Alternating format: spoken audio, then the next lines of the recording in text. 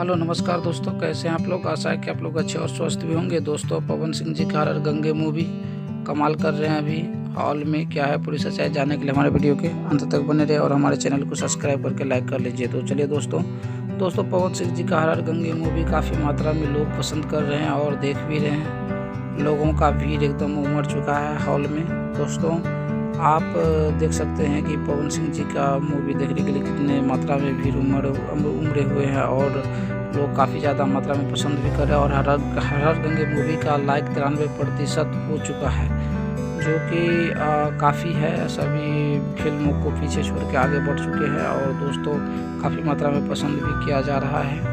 इतना कमाल के गजब का मूवी बनाया गया है। दोस्तों, आप भी जाके देखिए और भर भर के प्यार दीजिए पवन सिंह जी का हर गंगे मूवी को। और कैसा लगा हमारा वीडियो हमें कमेंट में बताइएगा और हमारे वीडियो को देखने के लिए आपको दिल से धन्यवाद। जय हिंद दोस्तों, नमस्कार।